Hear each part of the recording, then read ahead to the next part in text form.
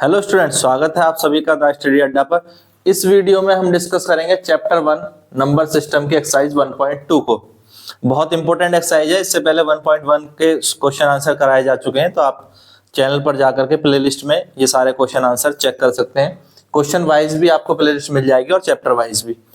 तो अभी हम डिस्कस करेंगे एक्सरसाइज है 1.2, इसके क्वेश्चन आंसर को। तो पहला क्वेश्चन देखें, state whether the following statement are true और फॉल्स, जस्टिफाई और answer. Every irrational number is a real number.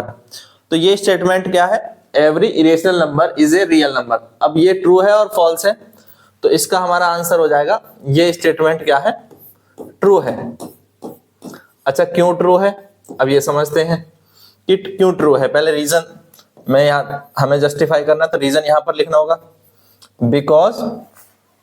Because real number जो होता है वो रैशनल और इरेशनल दोनों का कलेक्शन होता है। Because real numbers are collection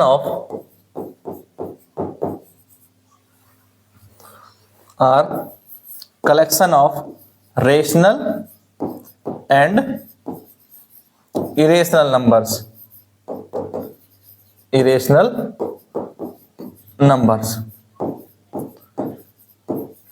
simple सी बात है। तो इसका मतलब रियल नंबर इरेशनल और रैशनल दोनों से मिलके बने हैं, तो ये हमारा every irrational number real number के अंदर होगा। एक चीज समझेंगे, ये मैंने कई बार बताई है आपको, ध्यान से देखना। सबसे पहले होते हैं नेचुरल नंबर जो कि 1 से स्टार्ट होते हैं, 1 2 3 4 up to infinity. Natural number है जो 1 से स्टार्ट हुए। उसके बाद आते हैं होल नंबर, पूर्ण संख्याएं। अब होल नंबर 0 से स्टार्ट होते हैं, तो इनमें हम कह सकते हैं कि 0 और ऐड हो गया। फिर आते हैं इंटीजर्स।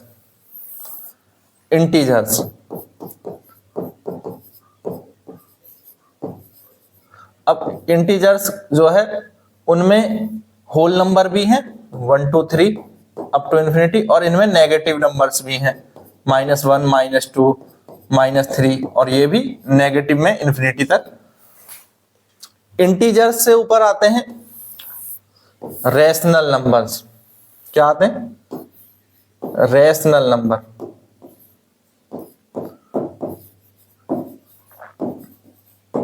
रैशनल नंबर में फ्रैक्शंस भी आ जाते हैं, जैसे 1/2 -1/2 -3/4, और इंटीजर्स भी आ जाते हैं, होल नंबर भी आ जाते हैं, सभी आ जाते हैं। फिर इनसे अलग होते हैं इरेशनल नंबर्स। कौन से? Irrational number.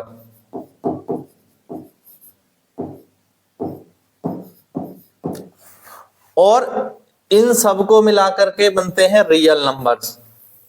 यानी रैशनल और इरेशनल दोनों को मिला के कौन से बनते हैं? Real numbers.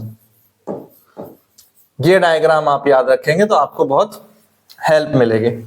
ठीक है, इन चीजों इरेशनल नंबर कौन से होते हैं? जैसे √2 √3 ठीक है, -√2, ये सब इरेशनल नंबर है। -√4 या पाई, ये इंक्लूड हो गए रियल नंबर। यानी जितने भी इरेशनल नंबर है वो रियल नंबर है, पर सारे रियल नंबर इरेशनल नंबर नहीं है। तो ये सब चीजें हम यहां से समझ गए, तो क्लियर है। तो ये statement every irrational number is a real number, ये क्या है? ट्रू है। ठीक है, समझ में आ गया तो लाइक जरूर करेंगे और एक बार शेयर कर देंगे अपने सभी दोस्तों के साथ। अगला क्वेश्चन देखें। नेक्स्ट क्वेश्चन क्या है? State whether the following statement are true और false and justify your answer. Every point on the number line is the form √m, where m is natural number. तो ये स्टेटमेंट ट्रू है या false है? बताओ। किसी नंबर लाइन पर कोई भी पॉइंट है वो रूट एम की फॉर्म है, तो ये स्टेटमेंट हमारा यहां पर गलत है। आंसर क्या होगा? फॉल्स। अब कारण क्या है? क्या कारण है कि नंबर लाइन पे जो पॉइंट है, ये एक नंबर लाइन है, सपोज दैट ये नंबर लाइन है, यहां पर मैंने मान लिया 0, ये 1, ये 2, ये 3, ये 4, ये 5, ऐसे इधर चलते रहेगा। फिर माइनस में -1, -2, -3, समझते रहे।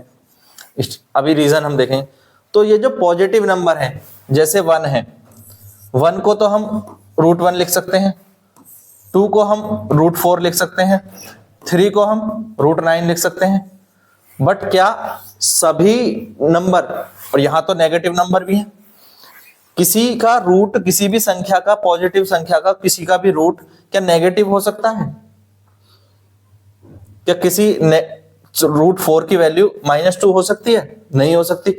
और नेचुरल नंबर कौन से होते हैं? नेचुरल नंबर तो 1 से स्टार्ट होते हैं और पॉजिटिव नंबर ही होते हैं नेचुरल नंबर। तो सारे पॉजिटिव, अगर ये सारे नंबर पॉजिटिव है, नेचुरल नंबर है, तो इनका रूट कभी नेगेटिव तो होगा ही नहीं। तो यानी जो, और नंबर लाइन पे तो नेगेटिव नंबर्स भी होते हैं, तो इसका मतलब because number line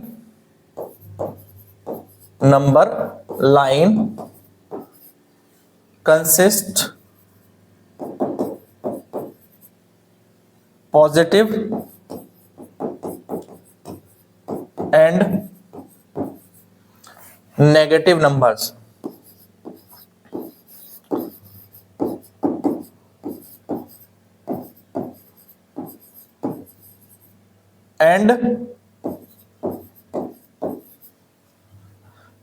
and negative numbers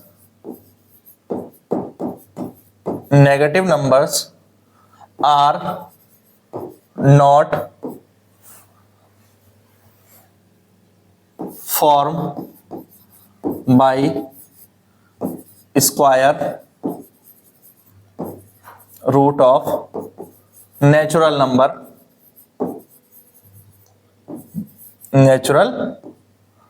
number यानी √m, ब्रैकेट में हम लिख सकते हैं बाई √m से नहीं बनते हैं। क्यों? m क्या था? m था natural number. So the given statement is false. Clear है? तो हम कह सकते हैं ये स्टेटमेंट यहां पर फॉल्स है। समझ गए? तो क्यों है, बाकी हमने ये भी समझ लिया कि नंबर लाइन पर कैसे नंबर होते हैं। आपका आंसर केवल यही आपको लिखना है, ठीक है? इतना ही आंसर हमें लिखने की आवश्यकता है, तो हमारा आंसर हो जाएगा। समझ गए? अगर समझ गए तो कमेंट करके बता दें हाँ समझ गए, और लाइक कर दें एक बार वीडियो को। और नेक्स्ट क्वेश्चन को देखें। देखिए, state whether the following statement are true and false and justify your answer. तो उसी तरह का क्वेश्चन है, ट्रू फॉल्स क्वेश्चन है। Every real number is an irrational number. Every real number is an irrational number. क्योंकि मैंने पीछे की एक्सरसाइज में भी और इस एक्सरसाइज में भी पहला क्वेश्चन करा दिया, और पिछली एक्सरसाइज में भी बहुत सारे क्वेश्चन ऐसे कराए, तो हम सीधे इसका आंसर देखें और समझें। इसका आंसर क्या होगा? क्या सारे रियल नंबर इरेशनल नंबर हैं? क्या आंसर होगा? फॉल्स। क्यों फॉल्स है? क्योंकि रियल नंबर, सारे के सारे रियल नंबर इरेशनल नंबर नहीं है, कुछ रियल नंबर रेशनल नंबर भी है। तो वही हमारा रीजन हो जाएगा, because real numbers are consist of rational and irrational number.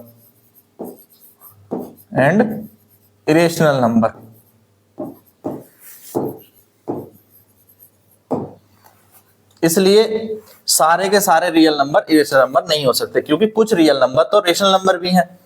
यानी अगर मैं कहूं तो ये समझो कि ये सारे रियल नंबर हैं, पर रियल नंबर के अंदर तो रेशनल नंबर भी आते हैं और इरेशनल नंबर भी आते हैं,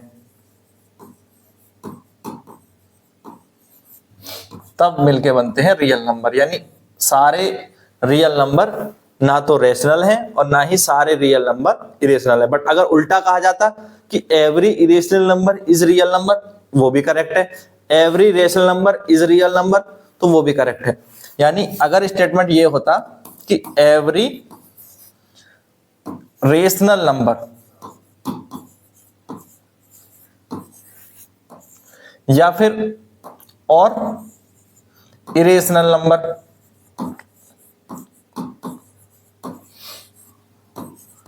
कोई सा भी स्टेटमेंट होता, एवरी रेशनल नंबर या एवरी इरेशनल नंबर आर या इज, एक second, is an real number, is ए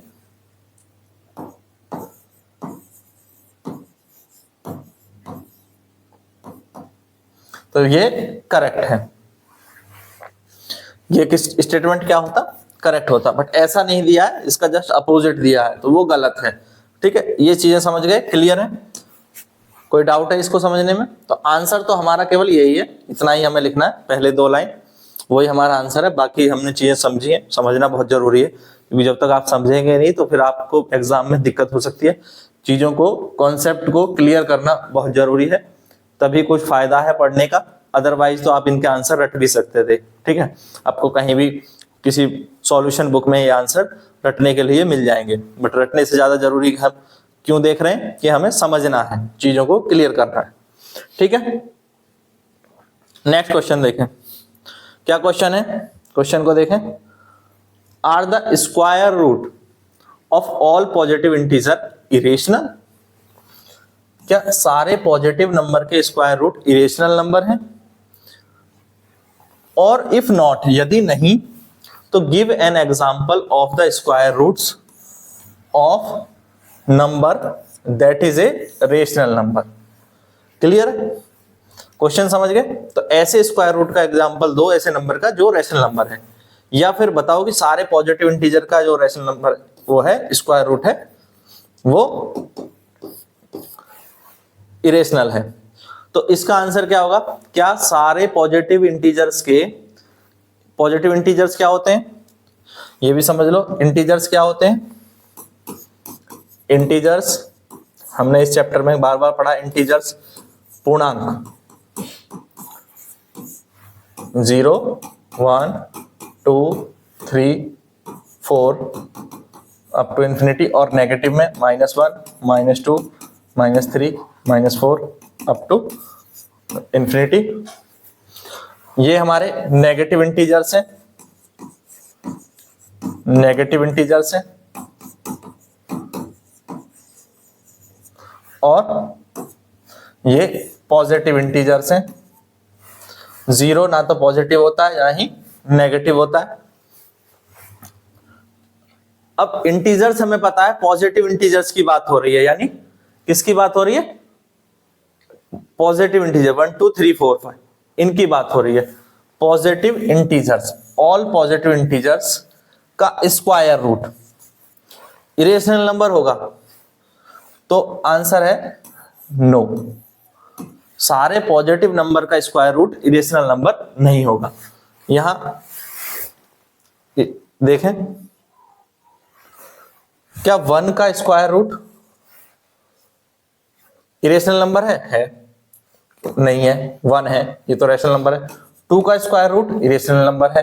3 का स्क्वायर रूट इरेशनल नंबर है। बट 4 का स्क्वायर रूट तो रेशनल नंबर है। तो 1 और 2 क्या है? 1 और 2 रेशनल नंबर हैं।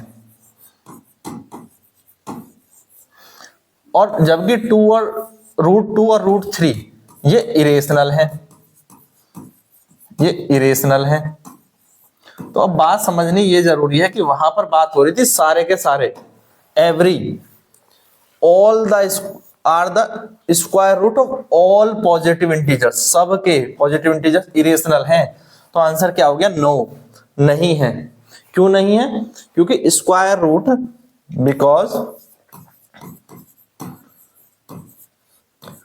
Square roots of all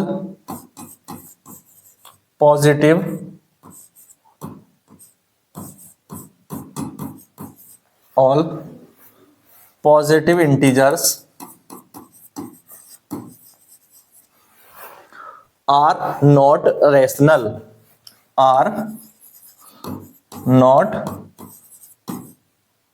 irrational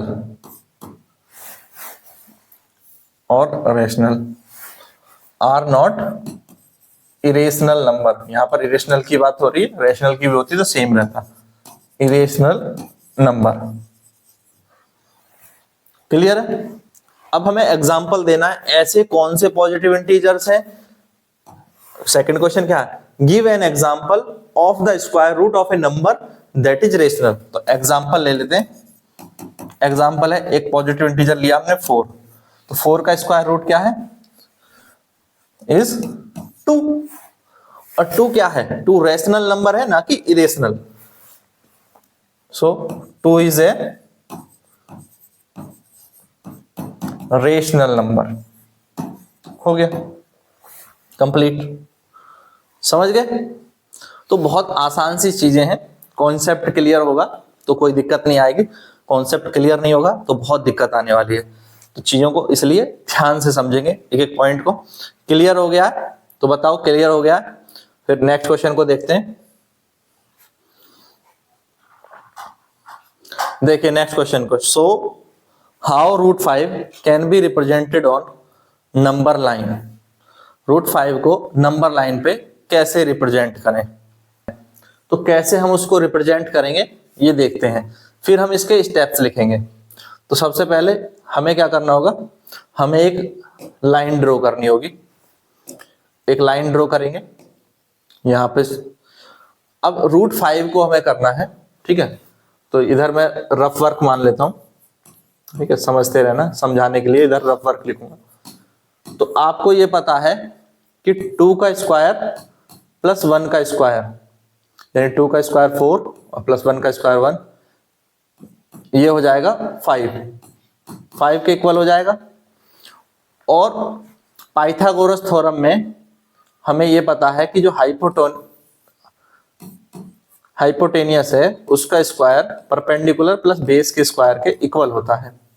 तो अगर परपेंडिकुलर 1 हो जाए और बेस अगर 2 हो जाए तो दोनों का स्क्वायर मिलकर के 5 हो जाएगा। तो हाइपोटेनियस का स्क्वायर 5 आया, यानी हाइपोटेनियस क्या आ जाएगा, रूट 5। तो इसी कॉन्सेप्ट से हम इसको ड्रॉ करने की कोशिश करते हैं। तो हमें क्या करना है, यहां पर एक लाइन बनानी है। स्केल पर आप देखेंगे तो 2 सेंटीमीटर एक लाइन ए बी ड्रॉ करी। एक लाइन हमने यहां पर ड्रॉ करी 2 सेंटीमीटर।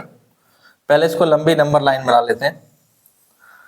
तो ये नंबर लाइन हमारी हो गई, और इस पे हम यहां मार्क करेंगे 2 सेंटीमीटर पे, एक अलग कलर से मार्क कर लेंगे।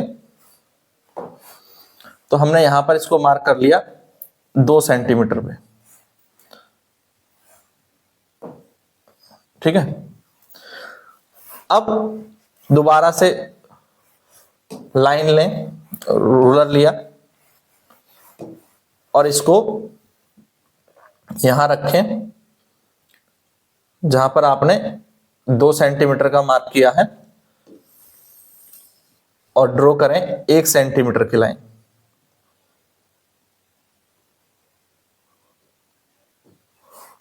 और यहां पर 1 सेंटीमीटर की लाइन परपेंडिकुलर ड्रॉ कर रहे हैं। परपेंडिकुलर लाइन हमने ड्रॉ कर दी। अब जब ये परपेंडिकुलर लाइन ड्रॉ हो गई है तो ये आपका ए बी है, ये यहां से 2 सेंटीमीटर है, ये कितना है 2 सेंटीमीटर है, और ये हाइट हमारी 1 सेंटीमीटर है, ये 1 सेंटीमीटर है। इसको मान लिया BC, ये इस पे परपेंडिकुलर है। अब A से C जो होगा वो रूट 5 होगा, तो इसको मिला देते हैं, इसको मिला देंगे। A से 5, यहां पे A पे इसको रखो 0 को, और इसको C बिंदु पर हम इसको मिला देंगे इस तरह। अब यहां पे a को c से मिलाएंगे तो ये a को c से मिलाने पर लगभग हमें वो वैल्यू मिल जाएगी जो हमारी आनी चाहिए। तो √5 की वैल्यू कितनी होती है एक्चुअल में? √5 की वैल्यू, तो √5 की वैल्यू होती है, एक सेकेंड, 2.236 और यहां ये वैल्यू हमारी लगभग उतनी ही आ चुकी है। ठीक है, 2.2 के समथिंग हमने ये लाइन ड्रॉ की थी, तो ये √5 है। अब हमें यहां से इसको इस तरह से ड्रॉ करना है। देखो कैसे हम इसको लेंगे, तो यहां पर पिक किया, यहां रखें और आपको पूरा ये रिप्रेजेंटेशन समझ आ रहा होगा कि हमें कैसे इसको बनाना है, इसलिए थोड़ा सा ध्यान से देखेंगे। अभी केवल इसको प्लेस करना है और यहां पर हमने इसको प्लेस कर लिया है। तो जब हम इसको यहां पर हमने इसको प्लेस कर लिया, अब यहां से हम आर्क बनाएंगे। आर्क बनाएंगे तो एक लाइन ड्रॉ होगी नीचे की ओर, देखो, और इसने जहां पर इसको काटा, कहां पे काटा? बी से थोड़ा सा आगे। तो बी से थोड़ा सा आगे जिस पॉइंट पर ये काटा है इसको मैं कह देता हूं डी। तो ए से डी तक की जो लंबाई है वो है 2.236 या √5। तो इस तरह से हमने इसको ड्रॉ कर लिया नंबर लाइन पर। अब यही सारे स्टेप्स हमें लिखने हैं। तो एक चीज समझें, ये सारा हमारा रफ वर्क था, हमने ड्रॉ कर लिया, वो एक अलग बात है। ठीक है, ड्रॉ हो गया। अब स्टेप्स लिखें। पहले ड्रॉ कर लेंगे तो स्टेप्स लिखने में आसानी रहेगी। अगर हम ड्रॉ नहीं करते तो फिर स्टेप्स लिखने में मुश्किल आती। तो अब स्टेप्स लिखते हैं। फर्स्ट स्टेप क्या है? तो हमारे आंसर में हमें स्टेप्स लिखने होंगे। स्टेप 1, स्टेप 1 है क्या? Draw a line, draw a line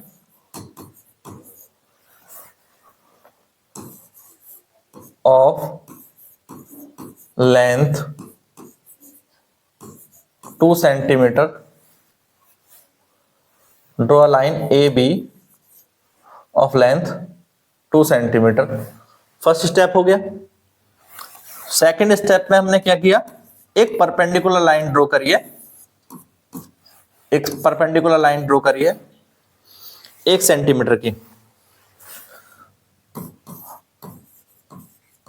draw a perpendicular line, draw a perpendicular line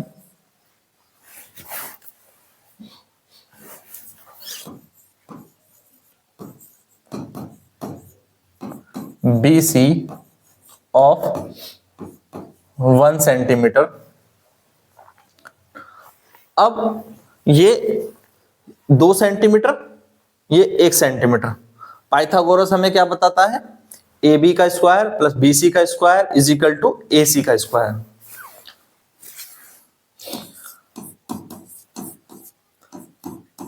step 3, step 3, because अब हमने इसको मिला लेंगे A से C को, और ये एक ट्रायंगल है, तो because ABC is a right angle triangle,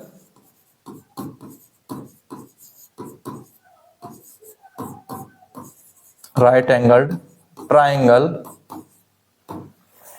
then by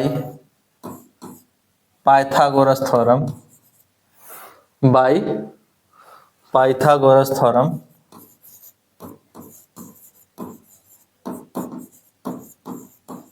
theorem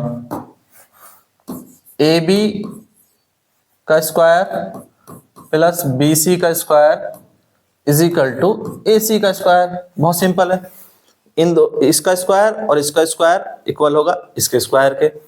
AB और BC का स्क्वायर AC के स्क्वायर के इक्वल होगा। ये है 2 का स्क्वायर प्लस 1 का square is equal to AC का square.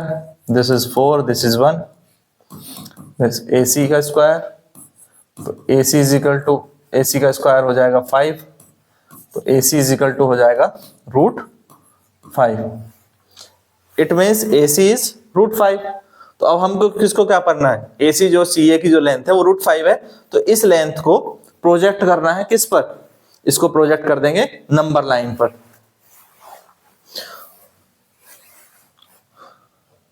Bye the protector.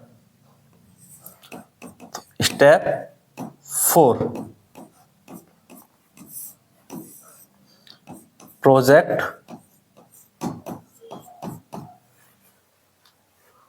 line AC on number line. हमने उसको प्रोजेक्ट कर दिया नंबर लाइन पे, तो हमें क्या मिलेगा, AD। We get AD on number line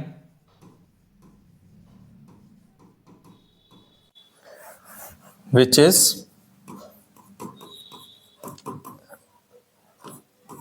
√5। उसकी कितनी लेंथ है, या विच हैज, हम कह सकते हैं विच लेंथ इज √5 यूनिट। अगर हम सेंटीमीटर में लेते सेंटीमीटर में होंगी, अगर हम इनको ठीक है मीटर में लेंगे तो मीटर में होगी। तो इसकी लेंथ कितनी है, √5 यूनिट है। तो इस तरह से हमने इसको ड्रॉ कर लिया है। क्लियर है, ये चीज समझ में आ गई। देखो मैं यहाँ पे अगर इसको आपको दिखाऊं तो ये हम जूम करके भी देख सकते हैं। एक सेकेंड, नहीं ये बड़ा होकर के नहीं आ रहा है, ठीक है।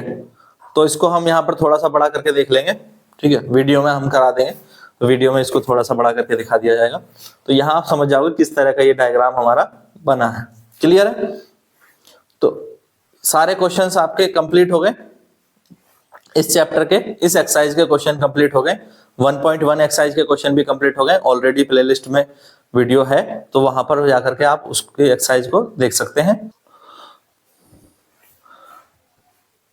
Thank you, thanks for watching. Video पसंद आए तो लाइक जरूर करें, शेयर करें और कमेंट करके बताएं ये सारे क्वेश्चंस आपको समझ आए कि नहीं आए। कहीं कोई डाउट है तो जरूर कमेंट में लिखें और सब्सक्राइब करना ना भूलें। Thank you, thanks for watching.